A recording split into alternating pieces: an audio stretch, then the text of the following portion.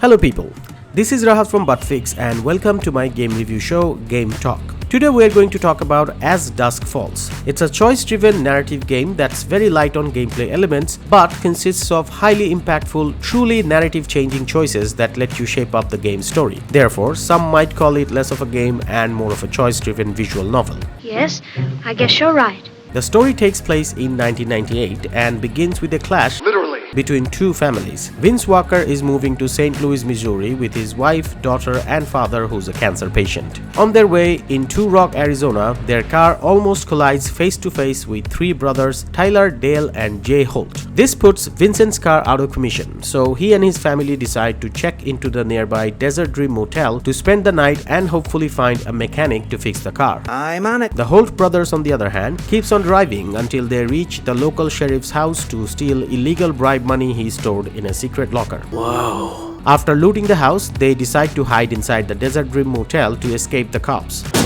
On the ground, now!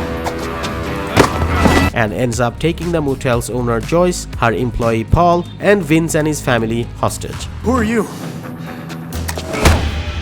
And thus begins a Dog Day Afternoon-esque three-way crisis between kidnappers, hostages, and cops. In terms of gameplay elements, this has a few quick-time events which provides a generous amount of time for you to perform them, and dialogue choices. Lots and lots of dialogue choices. These dialogue choices are the main pillars of the game, which allow you to make meaningful decisions that navigate the story in vastly different directions. If you played Telltale's The Walking Dead, Game of Thrones, Wolf Among Us, etc., or Quantic Dreams, Indigo Prophecy, Heavy Rain, or Detroit Become Human, the mechanisms in this game would be very familiar to you. Although I liked As Dusk Falls way more than Quantic Dream games, primarily because it doesn't compel you to perform meaningless, time-wasting chores like brushing teeth, taking a shower, or peeing in the name of immersion, but rather keeps its focus locked on telling a compelling story and constantly moving the story forward. As a result, the story moves smoothly without much unnecessary stagnation, and you are left with a sense of constant progression. Another smart choice was how the game is visually presented. Instead of awkwardly moving 3D characters, the game goes for a more picture book style presentation using real pictures that somewhat resembles the style seen in Max Payne. This makes the game visually stand out from the crowd, makes it somewhat future-proof,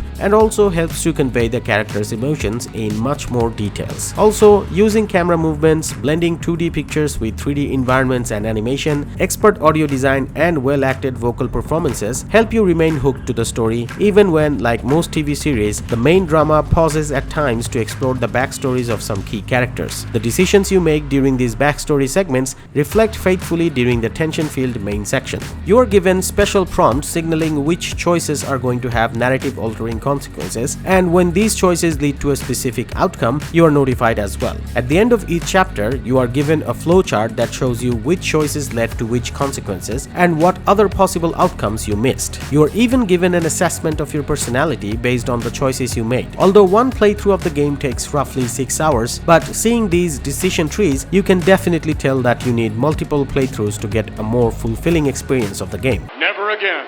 Upon downloading a companion app on your phone or hooking up controllers to your PC, up to 8 players can play this game and make decisions by voting, so it can be a great party game. Also, since there's no gameplay skill required, you can play this with any non-gamer friend and basically get a collaborative TV series watching experience. Before making this review, I completed 2 back-to-back playthroughs and got 2 distinctly different endings and character journeys, which felt well worth my time. Even if you're not a gamer but you like TV series with a decent suspenseful story, or maybe you liked the interactive gimmick of that one Netflix show Bandersnatch where you could decide aspects of the character's actions and want similar interactivity but much better, then you should definitely try As Dusk Falls. If you want to subscribe to Gamepass and support this channel, please follow the first link in the description. Gamepass is Microsoft's subscription service, which in simple terms can be called Netflix of games. For a monthly subscription fee of only $9.99 US, you can download and play 400 plus games on your PC.